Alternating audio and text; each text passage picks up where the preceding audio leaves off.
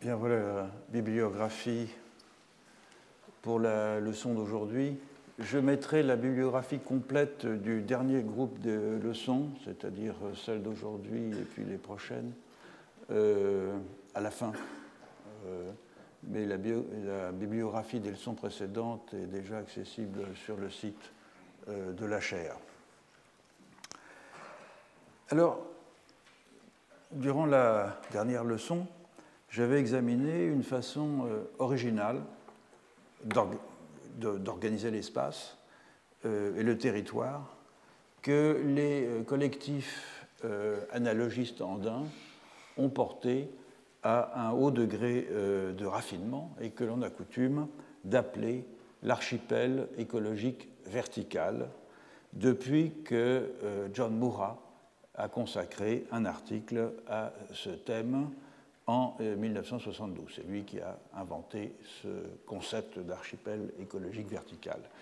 Il s'agit donc, à travers cette désignation, à l'époque incaïque et immédiatement postérieure, de collectifs qui se distribuent dans l'espace à différents étages altitudinaux à partir d'un centre politique et rituel monoethnique, les régions satellites étant généralement exploitées par plusieurs groupes ethniques. L'hypothèse de Murrah, et elle est très vraisemblable, c'est que ce modèle d'organisation spatiale a été repris et transformé par l'élite politique et administrative inca pour l'adapter à la gestion d'un empire immense. Il était donc intéressant de comprendre à travers ce modèle comment un collectif analogiste typique, disons, c'est-à-dire généralement un assemblage socio-cosmique autoréférentiel d'humains et de non-humains, parvient à intégrer des marches lointaines situées hors de son monde immédiat et peuplées par les membres d'autres collectifs. Comme les documents ethno-historiques ne permettaient pas de répondre en détail à cette question, on s'est tourné vers l'ethnographie contemporaine, c'est-à-dire vers la description d'un archipel vertical qui subsiste encore, l'archipel de l'Ayllu de Macha, dans les Andes boliviennes, tel que Tristan Platt avait pu observer son fonctionnement dans les années 1970. Et on a dans ce système d'archipel vertical un exemple d'équilibre entre, d'une part, l'allégeance à un centre et à des segments emboîtés, qui sont en l'occurrence ici à l'étage de la Puna, et qui fait primer, au fond, la permanence de la structure du collectif socio-cosmique sur les intérêts des individus qui le composent, et d'autre part des arrangements, des compromis locaux qui permettent à des marges composites de partager des ressources entre des membres de collectifs et parfois entre des membres de segments et même parfois de collectifs différents. Comme on peut donc, la question se pose que j'annonçais à la fin de la dernière leçon, de savoir comment cet équilibre, celui qu'on avait décrit à propos de l'Ayllu de Macha, pouvait fonctionner non pas à l'échelle d'un archipel de 2000 km² comme celui de cet Ayllu, mais à l'échelle gigantesque du Tawantinsuyu, et c'est donc ce que nous allons examiner aujourd'hui à travers l'examen d'un modèle spatial très original qui structure l'Empire Inca et qui est connu sous le nom de système des Seques. Le système des Seques a été décrit en 1653 par un père jésuite, Bernabe Cobo, dans un chapitre de son Historia del Nuevo Mundo, qui s'appelle Relación de los Seques, et ces indications sont par ailleurs recoupées par d'autres documents, notamment par deux autres auteurs qui sont Cristóbal de Molina dans ses Fabulas y ritos de los Incas de 1573 et Sarmiento de Gamboa dans son Historia General llamada Indica de 1572. Toutefois, même si ces textes étaient connus des spécialistes, c'est véritablement un grand ethnologue et ethnohistorien, Tom Zwiedema, qui a débrouillé ces fragments distribués dans des textes épars, dans des documents épars, et qui a reconstruit de façon précise et minutieuse le système des séquesses dans sa thèse de doctorat, qui a été ensuite publiée à Leiden, je l'indique ici, The Seque System of Cusco, et qu'il a d'ailleurs exposé ici même au Collège de France en décembre 83 et janvier 84, où il a été invité par Françoise Héritier. C'est un texte difficile. Ceux d'entre vous qui s'intéressent à cette question peuvent, s'ils le souhaitent, consulter une excellente synthèse qu'on a donnée Nathan Wachtel. Alors, oui, c'est ça. Dans un article de 1966 publié dans la revue Annales qui s'appelle Structuralisme et Histoire à propos de l'organisation sociale de Cusco, qui est en fait un commentaire et une synthèse de ce travail complexe et touffu de Tom Zwiedema. Alors, le système des séques, dans la description de Bernabe Cobo, ce n'est pas un guide de la réalité de la structure du collectif centré sur la ville de Cusco, c'est une représentation de cette structure dans un modèle autochtone, d'une redoutable complexité, et dans lequel les dimensions spatiales, temporelles et sociales sont étroitement intégrées. Ce modèle caractérisait l'organisation de la capitale, Cusco, qui à son tour symbolisait celle de tout l'empire inca, puisque les conquérants incas avaient généralisé au Tawantinsuyu, c'est-à-dire à l'empire inca, les catégories spatiales et sociales qui caractérisaient le fonctionnement de la capitale. Donc l'étude de ce modèle, de ce mode d'organisation des êtres et des lieux, qui structure la capitale et l'empire, permet de comprendre la représentation de l'organisation spatiale de l'empire telle qu'elle a été forgée par les élites administratives de cet immense collectif. Elle donne en outre, ce mode d'organisation donne en outre la clé du système de parenté qui est ordonné par les mêmes principes que l'espace. Et donc le système des séques commande une structure complexe qui fonctionne sur 3 plans. Spatialement, le modèle représente la matrice sur le modèle de laquelle est organisé l'empire. Temporellement, le modèle donne les principes fondamentaux qui permettent d'interpréter le régime d'historicité inca qui se déploie dans une temporalité socio-cosmique où les âges du monde et les successions dynastiques sont étroitement combinés.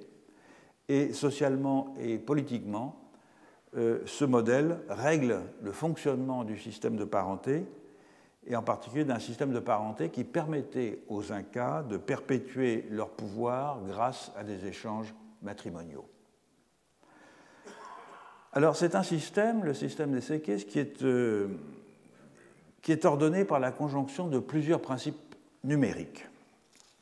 Polo de Ondegardo, qui est la source principale, présente une description d'environ 400 lieux sacrés, qu'on appelle les wakas dans le monde andin, à l'intérieur et autour de Cusco, correspondant à des rochers, à des sources, à des bâtiments qui, pour une raison ou une autre, avaient une signification particulière dans la mythologie et ou dans l'histoire inca. Or, ces sites étaient répartis en groupes, et chaque groupe de sites était conçu comme disposé sur une ligne imaginaire appelée séque.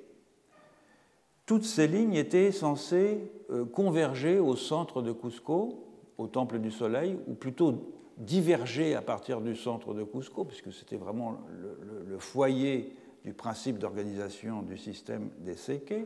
Et l'entretien et le culte des sites disposés sur ces lignes était assigné à chaque fois à des groupes particuliers qui avaient un nom spécifique.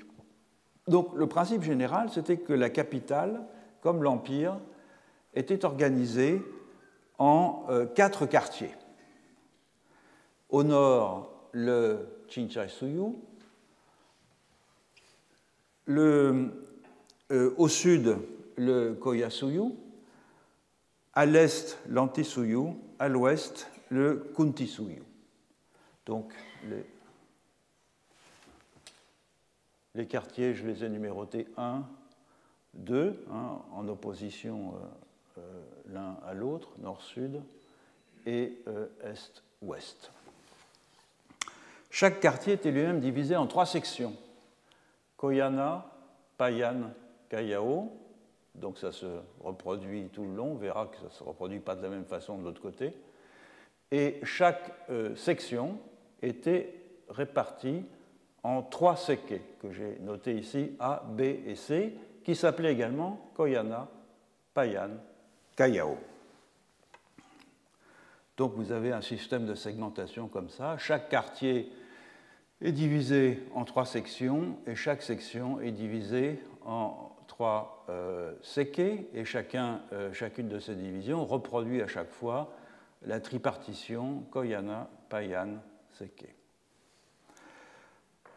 Kayao, pardon. Outre leur dimension spatiale, ces 3 catégories avaient également une dimension sociale. Koyana désigne le groupe des chefs, c'est-à-dire les conquérants incas. Kayao représente les populations vaincues, non incas, tandis que Payan correspond à un groupe mixte constitué par les assistants et par les serviteurs des chefs, à la fois incas et non incas. Donc ce système des seke fait apparaître une division schématique ordonnée autour de 3 principes numériques. La tripartition, à savoir 3 sections composées chacune de 3 sekes, la quadripartition, les 4 grands quartiers, et à l'analyse, comme on va le voir, la division par moitié. En effet, on constate que dans les quartiers 1 et 3, donc ceux-là, les sections 1, 2 et 3, Koyana, Payan et Kayao, et les seke à l'intérieur de ces sections, se suivent dans le sens des aiguilles d'une montre. Mais lorsque l'on passe de l'autre côté, on s'aperçoit que les sections et les seke se suivent dans le sens inverse des aiguilles d'une montre, de sorte que les 2 seke du haut du quartier Chinchasuyu, le quartier 1, et du quartier Kuntisuyu, le quartier 4, sont équivalents en haut et en bas entre Antisuyu et Koyasuyu. Si bien donc que les quartiers 2 et 4 reflètent de façon symétriquement inverse les quartiers 1 et 3, constituant ainsi un système par moitié. Donc les quartiers 2 et 4 forment le Urin-Cusco et les quartiers 1 et 3 forment le Anan-Cusco. Oui, je les ai indiqués ici. La division n'est pas dans ce sens-là, mais dans ce sens-là. Le Urin-Cusco, c'est le bas Cusco, et le Anan-Cusco, c'est le haut Cusco. Donc une division en moitié qui est d'ailleurs caractéristique dans le monde andin. En outre, le jeu des analogies se poursuit avec une autre transposition entre niveaux, puisque les catégories Koyana, Payan et Kayao sont également appliquées aux 4 quartiers de Cusco et de l'Empire. Autrement dit, l'ordre hiérarchique de la tripartition, puisque Koyana, Payan et Kayao ne sont pas situés sur le même niveau hiérarchique, se projette sur l'organisation dualiste et sur l'organisation quadripartite, laquelle est elle-même hiérarchisée avec une moitié supérieure, donc Anan-Cusco, et une moitié inférieure, Urin-Cusco. En effet, le quartier Chinchaysuyu est assimilé à Koyana, je l'ai mis en dessous. Le quartier Antisuyu est assimilé à Payan.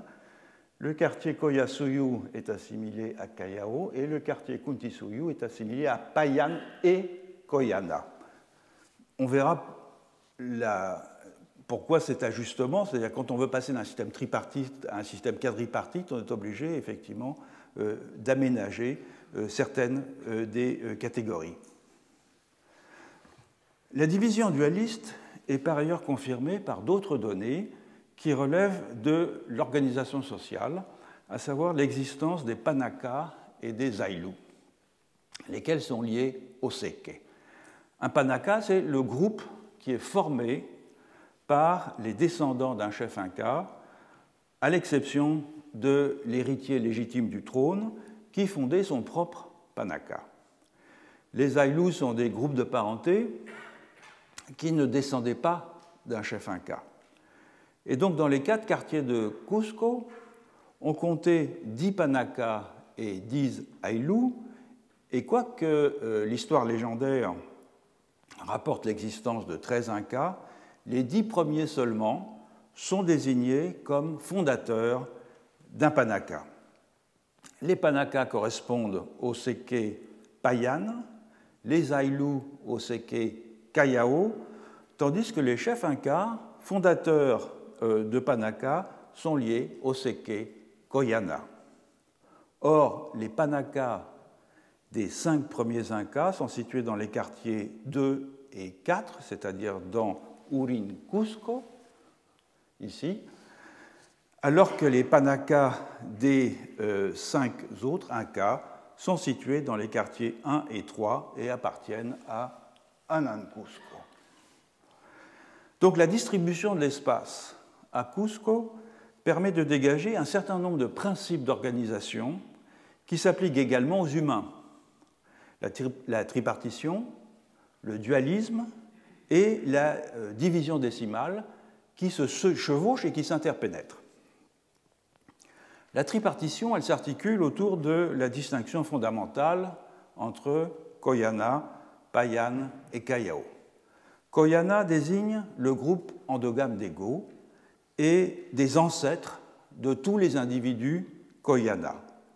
Et tous les individus Koyana appartiennent à la parenté principale, qui est également appelée par les Espagnols la parenté légale d'égaux. Le reste de l'humanité, non parent d'égaux, dans lequel les hommes Koyana pouvaient choisir leurs secondes épouses, était appelé Kayao. Et les descendants des mariages subsidiaires entre hommes Koyana et femmes non Koyana étaient appelés Payan. Le groupe Koyana, donc, dont je rappelle qu'il est constitué par les conquérants incas, il est à la fois ouvert et fermé. Il est fermé parce qu'appartiennent à Koyana tous les individus qui descendent d'un même ancêtre en ligne patrilinéaire ou en ligne matrilinéaire et qui se marient entre eux. Mais il est ouvert parce que les hommes Koyana peuvent prendre des épouses dans le groupe Kayao dont les enfants seront des Payanes. Et le groupe Payan peut à son tour être considéré à la fois comme ouvert et comme fermé, puisqu'il est possible à un homme Payan d'épouser une femme Koyana. Quant au mariage exogame d'un homme Payan et d'une femme Kayao, il implique que l'homme Payan, puisque sa mère était Kayao, il implique qu'il épouse une femme équivalente pour lui à la fille du frère de sa mère. Tout ça, c'est le jargon des anthropologues, puisque les rapports exogames entre les 3 groupes deviennent ainsi réglés par le modèle du mariage asymétrique avec la cousine croisée matrilatérale. Et de ce fait, la tripartition exprime une hiérarchie qui est à la fois sociale et spatiale. Sociale, donc on a Koyana, le groupe des chefs, Payan, les assistants et serviteurs des chefs, Kayao, les populations vaincues et non vaincues. Spatiale, les Koyana résident au centre de Cusco. Payan, ils sont établis à l'intérieur de la capitale mais dans des quartiers différents, et Callao, ils sont établis à la périphérie de la capitale.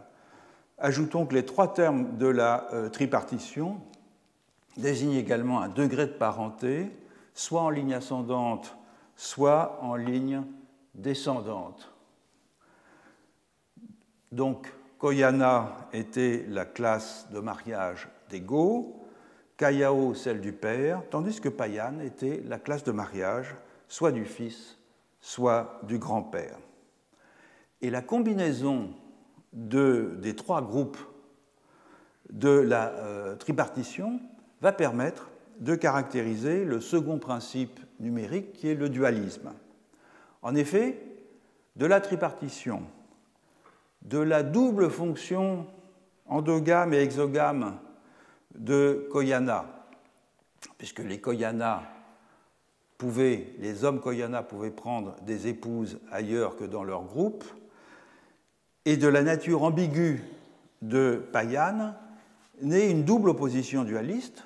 D'une part, Koyana et Payan sont considérés comme parents et constituent un ensemble assimilé aux Incas, par opposition au groupe Callao, qui est à la fois étranger et vaincu. D'autre part, seul Koyana représente les Incas par opposition à Payan et Callao, qui sont des ensembles assimilés aux non-Incas. Or, ces oppositions dualistes, elles entraînent des conséquences intéressantes à l'intérieur même des trois groupes théoriquement endogames, Koyana, Payan et Callao, parce que, comme l'a établi Tom Zwiedema, le groupe endogame, pour fonctionner, doit être composé de 4 classes matrimoniales matrilinéaires liées par un mariage asymétrique avec la cousine croisée fille du frère de la mère et réparties en 2 moitiés exogames et matrilinéaires. En effet, la prohibition de l'inceste impliquait qu'à l'intérieur de ces groupes endogames, il puisse y avoir des classes de mariage exogames. Par ailleurs, les groupes Koyana, Payan et Callao étaient chacun considérés comme étant divisés en 4 classes de mariage, chacune de ces classes comprenant une fraction Koyana, une fraction Payan et une fraction Callao. Or, des transferts avaient lieu entre ces diverses catégories. D'une part, les catégories de la tripartition, c'est-à-dire Koyana, Payan et Callao, étaient appliquées à l'intérieur du groupe endogame au sous-groupe exogame. Et les mariages à l'intérieur du groupe endogame étaient également orientés selon le modèle du mariage asymétrique avec la cousine croisée matrilatérale. Pourtant, de fait, l'application simple de la tripartition à l'intérieur du groupe endogame se heurtait à des impossibilités.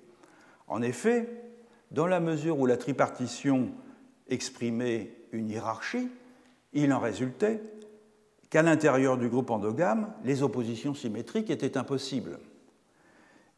Et si elles avaient été réalisées, ces oppositions symétriques, une classe matrimoniale se serait opposée à 2 autres, et ces 2 dernières auraient revêtu un caractère endogame qui aurait brisé l'endogamie globale du groupe.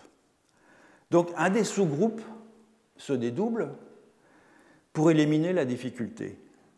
Et donc finalement, le groupe endogame, il se compose finalement de 4 classes qui sont réparties en 2 moitiés identiques, organisation qui permet les différents types d'oppositions dualistes fondées sur les catégories Koyana, Payan et Callao. Et voilà le modèle des échanges matrimoniaux dualistes dans un système ternaire, où vous voyez que la catégorie en haut Koyana est dédoublée, et en dessous, c'est la catégorie Callao qui est dédoublée.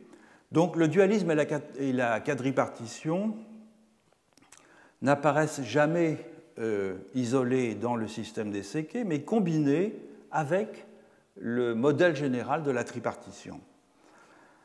Dans ces conditions, eh bien, il apparaît que ce système d'échange qui est régi par l'organisation spatiale du système des séqués peut être assimilé à ce que Lévi-Strauss avait appelé une structure diamétrale, et dont il écrit dans les structures dualistes existent-elles, l'article qu'il avait consacré au dualisme Bororo, je le cite, que peut-être même elle existait au Cusco. Donc il avait une grande intuition, puisque c'était avant que Tom Juidema débrouille la complexité de ce système de parenté.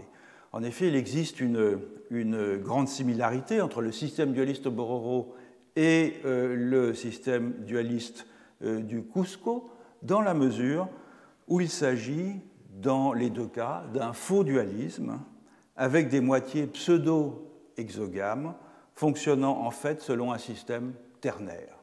Or, comme Lévi-Strauss l'avait bien vu dans son article sur les sociétés dualistes existent-elles, je le cite, « L'étude des organisations dites dualistes révèle tant d'anomalies et de contradictions par rapport à la théorie en vigueur que l'on aurait intérêt à renoncer à cette dernière et à traiter les formes apparentes de dualisme comme des distorsions superficielles de structures dont la nature réelle est autre et beaucoup plus compliquée. » Et il poursuit, et c'est ça qui est important, ces anomalies n'avaient nullement échappé à l'attention des inventeurs de la théorie dualiste, je veux dire Rivers et son école, elles ne les gênaient pas parce qu'ils se représentaient les organisations dualistes sur la base même de ces anomalies comme autant de produits historiques de l'union entre deux populations différentes par la race, par la culture ou simplement par la puissance. Dans une telle conception, les structures sociales considérées pouvaient être à la fois dualistes et asymétriques, et même elles le devaient. Fin de la citation. Et cette conclusion, évidemment, elle pourrait être parfaitement appliquée au Tawantinsuyu, qui est un système qui se donne notamment pour but d'intégrer par le mariage des populations conquises, tout en maintenant la suprématie des groupes de filiation dominants. Il n'est pas illégitime, en effet, de penser que les distorsions du système d'échange par moitié du Cusco, tel qu'il est modélisé par le système des Seques, représentent le produit historique d'une mutation sociale. Tout semble indiquer, en effet, que les populations soumises par les Incas étaient organisées selon un système de moitié, tout comme elles le sont encore dans une grande partie de la région andine à l'heure actuelle, ce à quoi les Incas auraient ajouté une division ternaire après leur conquête, tout en laissant au système d'échange le caractère apparent d'un dualisme symétrique. Et donc, la constitution d'une pseudo-exogamie permettait ainsi la reproduction sociale de l'aristocratie inca, sans que les peuples conquis ne perçoivent clairement, au fond, la modification du système d'échange matrimonial. Le dernier principe numérique propre au système inca est celui de la division décimale, dont le premier élément est constitué par le groupe des 10 Panaka et des 10 Aïlou mentionnés précédemment. Les 10 Panaka, c'est-à-dire les 10 groupes de filiation issus d'un roi ou d'un souverain inca, et les 10 Aïlou, les 10 groupes de filiation qui sont des groupes de filiation inca, mais pas directement issus d'un roi. 10 Incas se sont succédés, selon les récits dynastiques autochtones, dont 5 appartiennent à la moitié Urin-Cusco et 5 à la moitié Anan-Cusco, ces derniers ayant été les derniers à régner. Une corrélation se manifeste ainsi entre le système des Seques, l'histoire dynastique, la légitimité du souverain, d'une certaine façon, se renforçant de son insertion dans une structure cosmologique. Mais la division décimale, elle gouvernait aussi la répartition des groupes de tributaires et des classes d'âge. Toute la population de l'Empire, en effet, était répartie en groupes de 10, de 50, de 100, de 500, de 1000, de 10 000 et de 40 000 tributaires. Et chaque groupe était coiffé par un curaka, lequel était placé sous l'autorité hiérarchique du chef du groupe immédiatement supérieur. Et au sommet de la hiérarchie se situait l'Inca, secondé par 4 apu, donc des grands, terme quichua, qui étaient à la tête de chacun des quartiers de l'Empire. À l'intérieur de chaque quartier, un groupe de 40 000 tributaires constitue en principe une province, dirigée par un gouverneur, nommé par l'empereur, qu'on appelait le Toclicoc, un personnage important appartenant à la caste des Incas. Quant à l'Ailou, il était en principe constitué d'un groupe de 100 tributaires dirigés par un curaka sous les ordres du Toclicoc, les curakas étant tous issus de lignages locaux. Donc les chefs, depuis les chefs de 40 000 tributaires jusqu'aux chefs de 100 tributaires, c'est-à-dire au fond toute la hiérarchie des chefs, des curakas, allant depuis la province et même le quartier jusqu'à l'Ailou, étaient évidemment dispensés de tribut et dispensés de travail manuel. Leurs obligations consistaient au fond à administrer les biens de l'Inca et ils lui devaient des dons annuels d'objets précieux. En revanche, les chefs des segments terminaux, ceux des groupes de 50 tributaires et des groupes de 10 tributaires, étaient astreints au travail sur les terres de l'Inca et aux tribus, et on peut les considérer comme des sortes de contremaîtres originaires des communautés locales qui supervisaient le travail de leurs concitoyens. Alors évidemment, on peut se demander, et les spécialistes du monde andin ne se sont pas fait faute de se poser la question, si ce système de répartition décimale de la population correspondait à une organisation réelle ou s'il reflétait un modèle purement idéal. On sait par les chroniqueurs que l'administration Inca était néanmoins attentive à faire coïncider de façon approximative le cadre décimal et les groupes dont elle assurait la gestion et l'encadrement, notamment en répartissant à l'occasion les populations lorsque cela était nécessaire pour que les groupes s'approchent des quantités qui étaient fixées dans leur définition. On sait aussi que le dispositif administratif était très centralisé. Le contrôle de l'Inca et des élites de Cusco s'exerçant moins par, au fond, la volonté de faire rentrer la réalité de la distribution des populations dans un modèle décimal que par un système très bien organisé de surveillance des membres de la hiérarchie les uns par les autres et par le recours à des inspecteurs dotés de pouvoirs d'enquête étendus. Une autre variante du système décimal, enfin, était la répartition de la population de l'Empire en 5 classes d'âge, depuis les enfants, de la naissance à 18 ans, jusqu'aux personnes âgées à partir de 60 ans, avec une classe intermédiaire des adultes de 25 à 50 ans qui était elle-même subdivisée en 5 catégories, échelonnée, elle, de 5 en 5. Alors, il est possible que ce classement décimal n'était qu'une fiction bureaucratique, pour reprendre une formule d'Alfred Métro, mais il en dit beaucoup, au fond, sur la façon dont l'élite régnante se représentait l'Empire.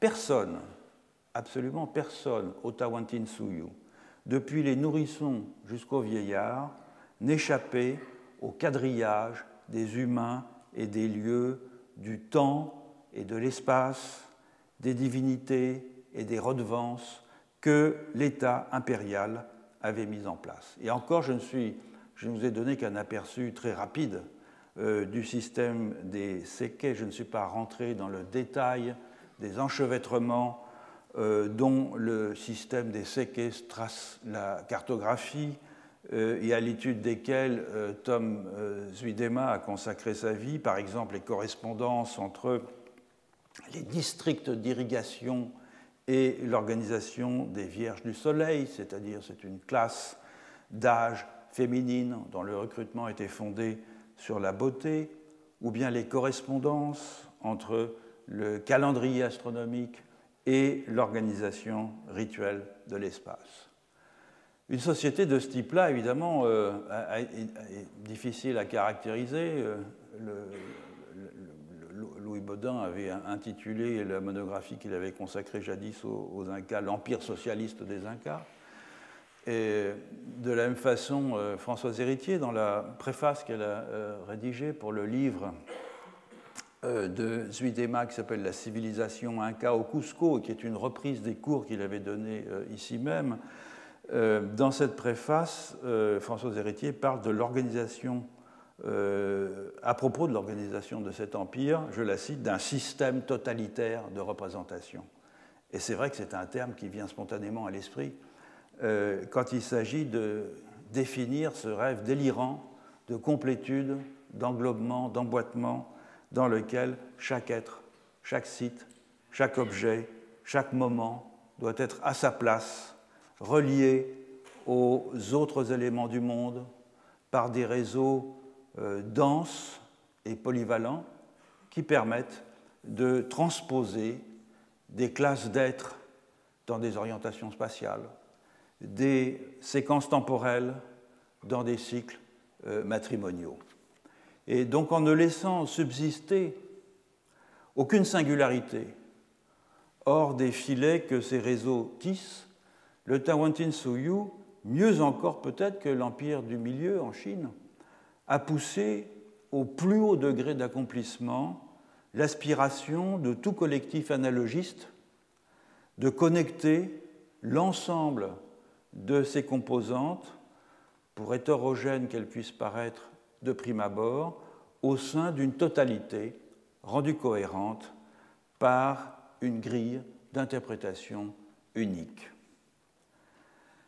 L'Inca, le principe de totalisation par excellence, à partir duquel tout irradie et vers lequel tout converge, a sans doute joué un rôle central dans la solidité de cet édifice.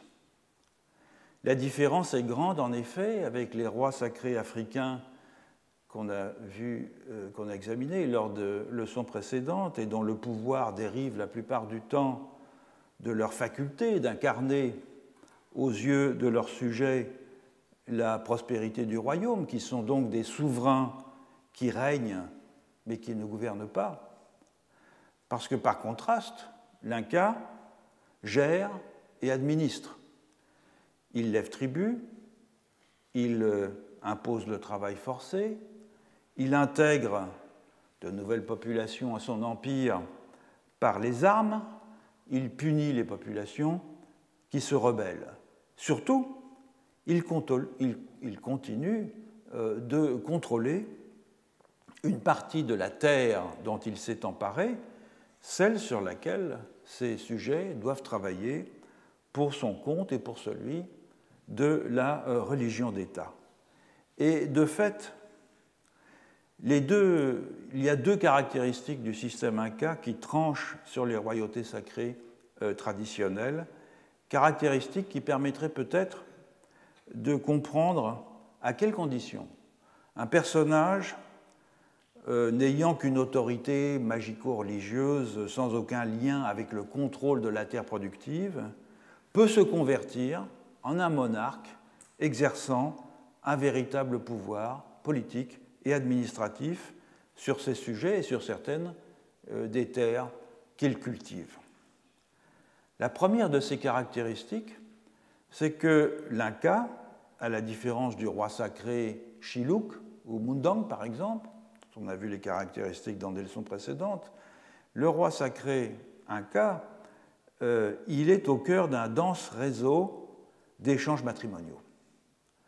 On se souviendra que Luc de Heusch, dans sa caractérisation du roi sacré africain, avait insisté sur le fait que le souverain, qui est un étranger, qui ne s'immisce pas dans les affaires des clans, recevait des clans des épouses, parfois en très grand nombre, sans donner ses filles en échange. De ce fait, le roi sacré échappait au tissu des obligations que créent les échanges matrimoniaux. Il était littéralement hors circuit. J'avais mentionné qu'il était hors sol, mais il est aussi hors circuit. Les épouses qu'on lui donnait étaient en quelque sorte le réceptacle et le diffuseur de sa fécondité dans le royaume et non une contrepartie pour cette fécondité. Et évidemment, ne donnant pas de femme lui-même, il ne créait pas de débiteur chez ses sujets, raison pour laquelle Luc de Heusch avait défini ce processus comme une inversion de la dette. Et il le voyait comme le mécanisme principal rendant tangible l'extériorité du roi, ce qui lui donnait sa dimension transcendante et sacrée. Séparé de ceux dont il est réputé assurer la prospérité et pleinement transcendant à leur existence ordinaire, le roi sacré africain n'entretient avec ses sujets aucun des liens que l'affinité engendrée par l'alliance de mariage permet de maintenir entre des individus et des groupes. Or, c'est l'inverse qui se passe avec le roi sacré Inca, au moyen d'un système très compliqué, comme on l'a vu, que Tom Zuidema a admirablement reconstruit et qui, grâce à un échange généralisé à 4 classes et 2 moitiés, hiérarchisées, permet tout à la fois la perpétuation de lignages royaux qui sont théoriquement endogames et la circulation des conjoints potentiels au-delà de ces lignages dans un cycle qui parcourt tous les segments sur plusieurs générations. Alors évidemment, il s'agit là d'un modèle. Et on ne sait pas si, puisque personne n'a relevé les généalogies véritables comme le font les ethnologues lorsqu'ils comparent les modèles de systèmes de parenté de leurs informateurs et la façon dont ils réalisent les mariages dans les faits, personne n'a réalisé cette vérification. Donc on ne sait pas si cet échange généralisé fonctionnait tel qu'il a été décrit ou tel qu'on peut le reconstruire à partir des sources disparates ethno-historiques. Ce que l'on sait fort bien, en revanche, c'est que, comme l'écrit l'auteur anonyme du Discurso sobre la descendencia y gobierno de los Incas, les curacas provinciaux, les chefs provinciaux d'un certain rang, qui se rendaient chaque année à Cusco au mois de mai pour la fête du Raimi, de l'Inti Raimi, recevaient de l'Inca, entre autres choses, des femmes et des serviteurs. Et ces femmes, elles appartenaient aux lignages royaux et elles pouvaient être vues comme des retours dans l'échange pour les femmes de la parentèle des curacas que ces derniers envoyaient à Cusco afin de servir d'épouses secondaires aux membres des lignages royaux. Donc, à la différence de la royauté sacrée africaine, dans laquelle les clans sont des donneurs de femmes, mais pas des preneurs, vis-à-vis du roi, évidemment, la circulation matrimoniale allait ici dans les deux sens, faisant de l'Inca un parent par alliance des principales lignées de Curaças disséminées dans tout l'Empire. En outre, et comme on l'a vu dans la dernière leçon, le tribut dû à l'Inca par les Ayllu conquis était vu comme un échange et non comme une spoliation, puisque les communautés locales travaillaient la terre de l'Inca, pourtant prélevée à l'origine sur leurs propres communaux, comme une contrepartie pour le droit de cultiver la terre communautaire et en échange des bienfaits de la protection et des dons alimentaires que l'Inca dispensait à ses sujets dans certaines circonstances.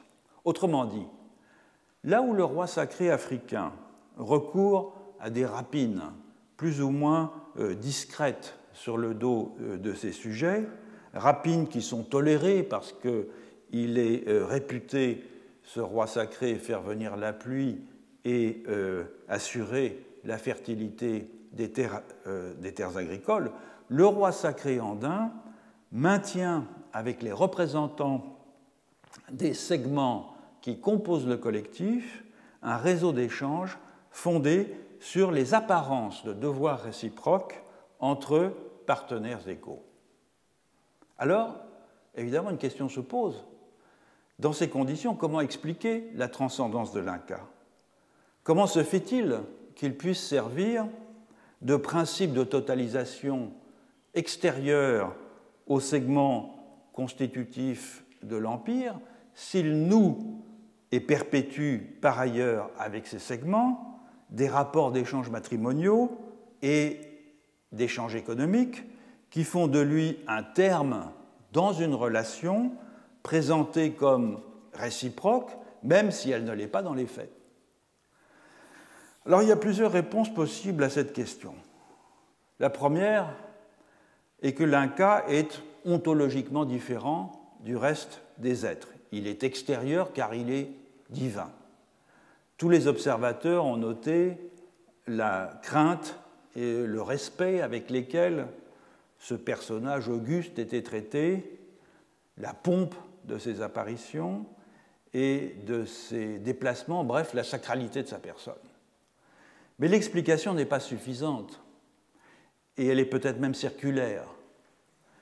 L'extériorité dans laquelle le souverain est tenu à l'égard de ses sujets, la terreur sacrée qu'il inspire, fonde la croyance en sa divinité, au moins autant que sa divinité ne l'isole du commun des mortels.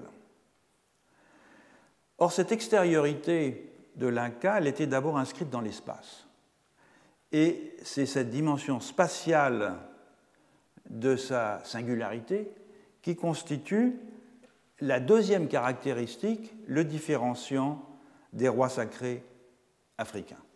Alors certes, comme on l'a vu, la capitale du roi Shilluk jouissait déjà d'un régime d'extraterritorialité qui en faisait une sorte d'enceinte utopique, hors du monde,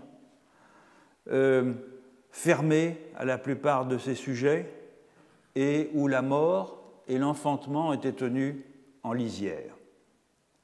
Mais si cette extériorité relative protégeait le roi des aléas ordinaires de la vie de ses sujets, si elle le situait hors de la chaîne des événements quotidiens, elle ne lui permettait pas d'imposer sa marque permanente sur le royaume. La capitale du roi Shilluk, Fashoda, était hors du temps et de l'espace, mais elle ne structurait pas la vie des clans.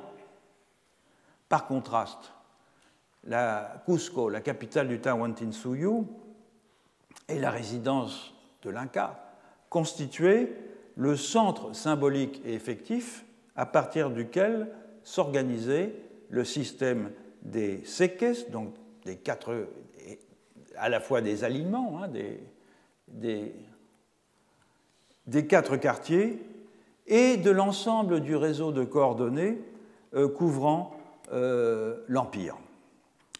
Ce centre était donc la détermination à partir de laquelle tout le reste s'organisait et prenait sens, de sorte que, on peut dire, que cette détermination ne saurait faire partie de ce qu'elle totalisait.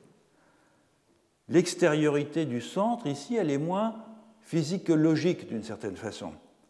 En n'importe quel point du réseau spatial, il fallait se référer à ce centre pour se situer dans l'échelle des catégories sociales, dans l'échelle des sites, dans le système de temporalité, mais en son cœur, dans le temple du Soleil, on était en quelque sorte comme dans un vide, sans plus de connexion à autre chose que n'en aurait l'astre central d'un système planétaire solitaire. Mais il y a plus. Le système des Sékès n'était pas simplement une cartographie radiale de l'Empire permettant d'inscrire sur ses alignements des sites sacrés, des généalogies dynastiques, des classes matrimoniales et des événements calendaires. C'était aussi, et peut-être d'abord, le schéma d'un réseau d'irrigation, et donc l'expression de ce que l'Inca était au cœur de la fertilité du Tawantinsuyu par la maîtrise de l'eau. Et là où le roi sacré africain tire son autorité du pouvoir dont il est crédité de faire tomber la pluie, événement aléatoire dont le non-accomplissement, s'il se répète trop souvent, peut valoir à ce roi sacré de sérieux déboires, le souverain Inca, par contraste, est le maître d'une eau qui est tout aussi nécessaire à la vie et à la fertilité, mais dont il contrôle très concrètement le flux. Alors, j'avais dans un cours sur le paysage, il y a quelques années, consacré au moins une leçon à la maîtrise de l'hydraulique par les Incas, qui va au-delà de l'établissement de canaux d'irrigation, etc., et qui consiste au fond à imiter à une autre échelle le réseau hydrographique dans des constructions artificielles.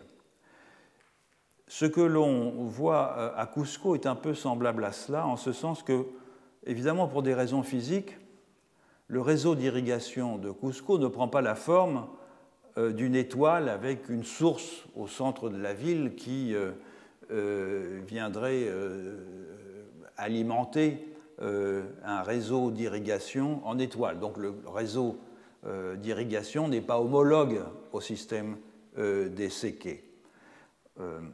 Le système des séquets, je le rappelle, c'est un ensemble donc de lignes imaginaires qui partent du temple du Soleil dans toutes les directions et sur lesquelles sont situés 328 sites sacrés, waka, et ces lignes, eh bien, elles connectent notamment des sources, des rivières, des puits, des canaux avec d'autres lieux sacrés qui possédaient une fonction calendaire, une fonction d'observation astronomique, chacun de ces points constituant le départ d'une ligne de mire prolongeant celle dont il était le point d'aboutissement. Et comme l'a bien montré Tom Zuidema dans un article qui s'appelle « Lieux sacrés et irrigation », les lignes des séquès étaient en outre la base de parcours rituels qui permettaient aux sites qu'elles reliaient de remplir une fonction lustrale.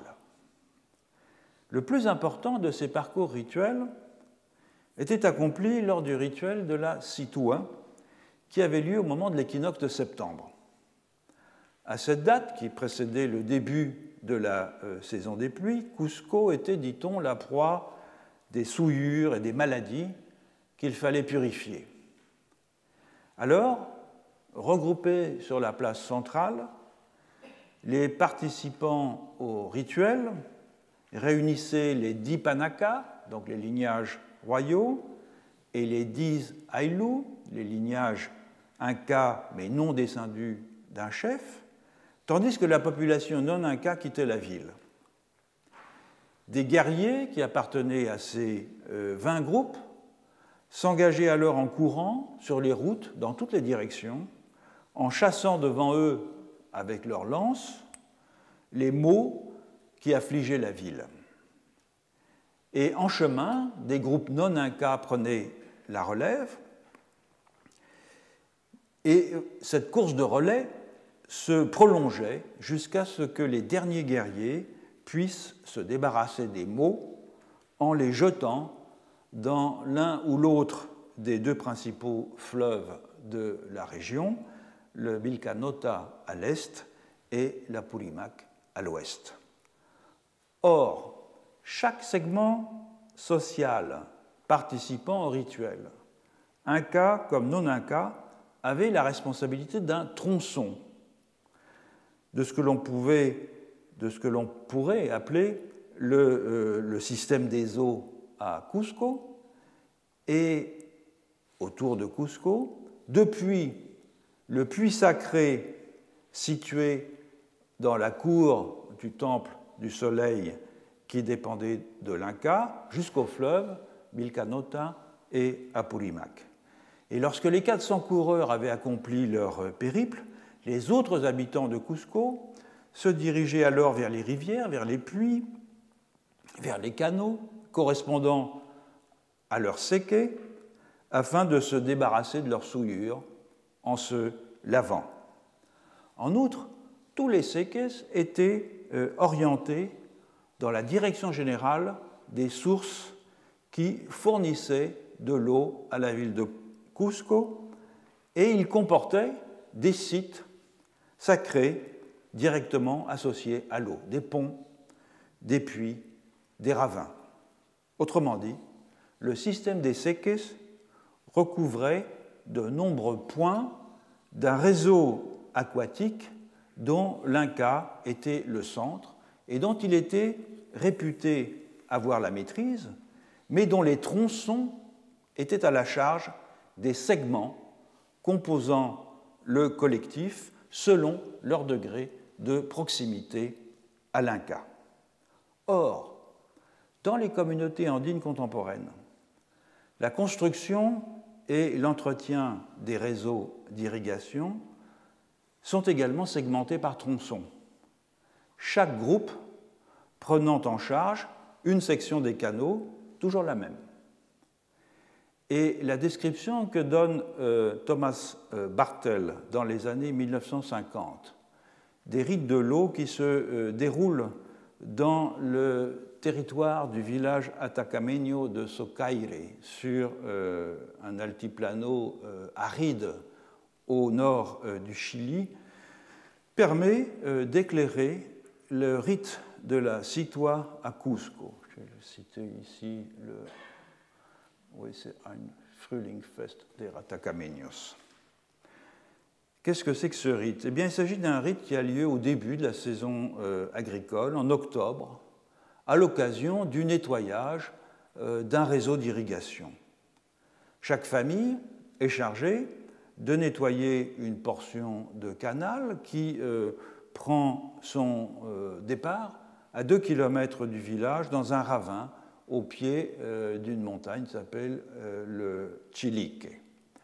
Non loin de là se trouve une petite esplanade entourée d'un mur de pierre que l'on appelle dernière halte, et sur laquelle se dressent 2 rochers nommés respectivement Grande Montagne et Chilique. Après le nettoyage du canal, les habitants du village se rendent près de la prise d'eau qui alimente ce canal afin d'offrir de la bière de maïs aux montagnes, chacune des montagnes étant honorée tour à tour. La montagne Chilique, où le canal prend naissance, et puis 4 montagnes situées dans toutes les directions et dont on dit qu'elles sont en quelque sorte les châteaux d'eau alimentant la montagne de Chilique. Plus tard, les chefs de famille les plus importants du village, une quarantaine d'entre eux, se retrouvent sur l'esplanade, celle qu'on appelle de la dernière halte, et chacune de ces personnes est associée à une montagne particulière, et ils se retrouvent pour procéder à d'autres cérémonies, à des libations, toutes consacrées à l'eau, aux sources et aux montagnes qui concentrent l'eau et font venir les nuages et la pluie. C'est une région extrêmement sèche et aride dans laquelle la culture est impossible dans le désert Atacameño sans irrigation. Il faut noter que cette esplanade de la deuxième halte est comme un observatoire. C'est un observatoire d'où l'on peut voir les 4 montagnes principales et le rocher, l'un des 2 rochers que j'ai mentionnés tout à l'heure, le rocher dit Chilique, constitue un repère visuel puisque son sommet se trouve au bout de la ligne de mire qui se dirige vers la source du canal d'irrigation, laquelle n'est pas visible directement depuis l'esplanade.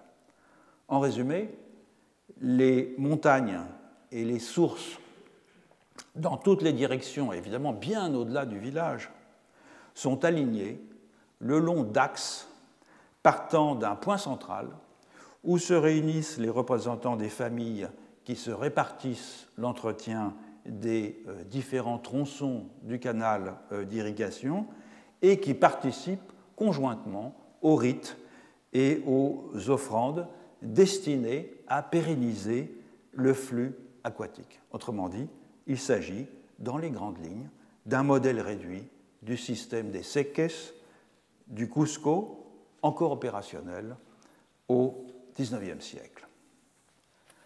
Que peut-on tirer comme conclusion de ce dispositif, sans doute commun à de nombreux collectifs andins, petits ou grands, qui fait d'un foyer unique, autorisant de multiples points de vue, dirigés vers des lieux sacrés, associés à l'eau, un centre de totalisation qui tout à la fois réaffirme l'unité des segments composant l'ensemble et qui les rend solidaires en assignant à chacun d'entre eux la responsabilité d'un morceau du dispositif, c'est-à-dire d'un morceau du circuit des eaux nécessaire à la vie et surtout, in fine, un morceau de la perspective à assumer sur l'espace commun. Quelle est la différence entre ce dispositif, tel qu'il fonctionne à Socaire, et le système des seques à Cusco? Il ne s'agit pas tant d'une différence d'échelle, car les 2 dispositifs sont structurellement équivalents dans les principes qui guident leur fonctionnement, à l'exception d'un seul, qui est de taille. Le système des seques est topologiquement centré sur un individu, le souverain, qui ramasse dans sa personne la totalité des perspectives distribuées dans les segments. Donc l'Inca est l'intégrateur qui concentre dans le foyer central tous les rayons qui irradient à partir de la capitale et se trouve donc dans une situation paradoxale qui le distingue fortement des rois sacrés africains et qui le met en situation d'exercer un pouvoir réel. Parce que d'une part, il maintient avec les représentants des segments composant le collectif un réseau d'échanges économiques et matrimoniaux fondé sur les apparences d'obligations mutuelles entre partenaires égaux, et donc il gouverne, et sous les auspices de la réciprocité, même si c'est une réciprocité illusoire. D'autre part, il est le centre divin à partir duquel toutes les solidarités segmentaires s'organisent, où tous les points de fuite trouvent un sens, où tous les humains et non-humains du royaume se trouvent fermement situés. Il règne donc et sous les auspices de l'extériorité que lui donne son point de vue rassembleur.